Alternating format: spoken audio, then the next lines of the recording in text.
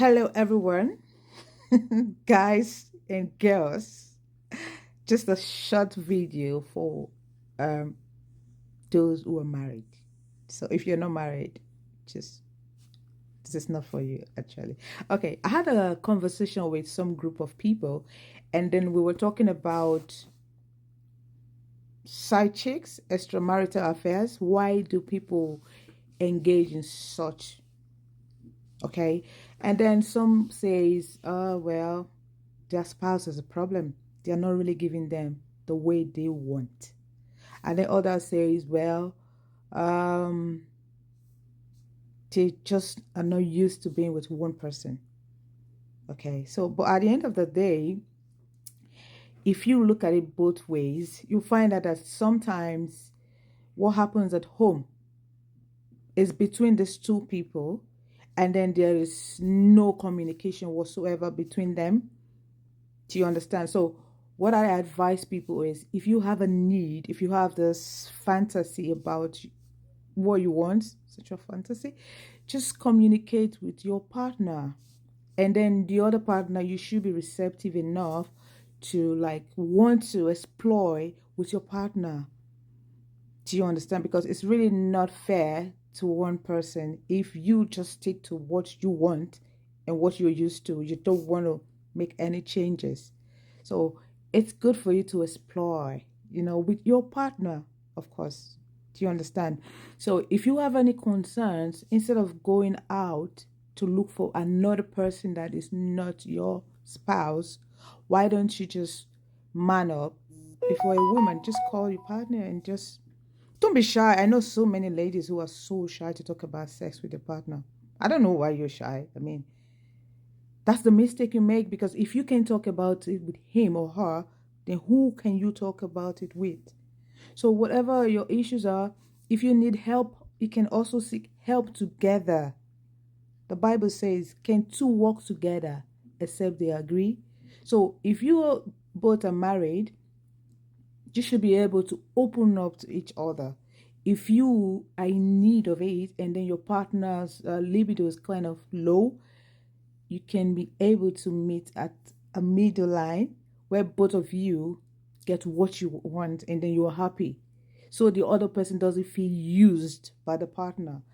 Do you understand? So, and then someone says the difference between a woman, a wife, and a side chick is that a side chick is more sexually active than a wife. I don't know if it's right or wrong because I'm not a man, but I would say he or she might be right or wrong. But the thing is, women, wives, you need to wake up, okay? If you are married, you have kids, that doesn't mean you should lose yourself. That doesn't mean you should hide yourself. I understand the duties of a mom. I'm a mom as well, so I can understand that. But do not lose that beauty, that spark, that thing that this man saw in you that attracted you to him. Do you understand? Don't ever make that mistake of saying, oh, well, we're married now, so I can as well just sleep and wear whatever I want. No, you can't. You can't.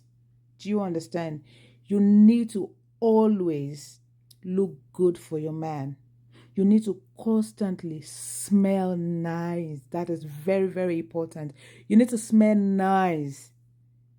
And you need to take off the hairs on your armpit, especially if you sweat a lot. You can trim them. I mean, some people don't like it. It's up to your partner. So you need to smell nice. You need to wear nice clothes for your man as a woman. Okay? You don't have to expose your body when you're outside, but it depends on what your man loves. Do it for him. There's nothing wrong with that. Your hair must be clean. You must learn to wash your hair all the time. I mean, there are some people that if you sniff their hair, you're gonna puke. Women, you need to wake up. Please wash your hair. And then your hair net as well. You understand? Get a hairspray. Spray your hair, look nice. So at night when you're sleeping close to your man, it's like, that's my woman.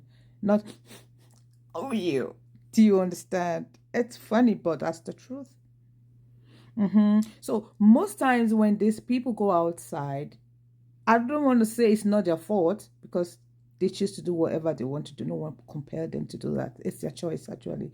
So they've seen some things at home that they can't cope with, and then they are not man enough to speak to their partner about it. That's just a problem. Because if you like a woman wearing a mini dress, for instance, and your partner doesn't want to wear a mini dress, what's wrong with you buying that mini dress for your partner and telling her, oh, well, I like you wearing this for me, or wearing it outside? And then for you, woman, don't be so stubborn and say, oh, no, I'm a married woman, I can't wear this. Excuse you, he is your man. So if he says to you, babe, I want you to wear this for me, you go, girl, get it on. I mean, what's there? Do you understand? So that's another thing that people should also look at. You need to be open in your conversations with your partner. Just explore each other. Don't always have this at the back of your mind. Oh, if he or she doesn't give me, I can always get it outside. I used to say something to some people that you are the one to fix your problem yourself.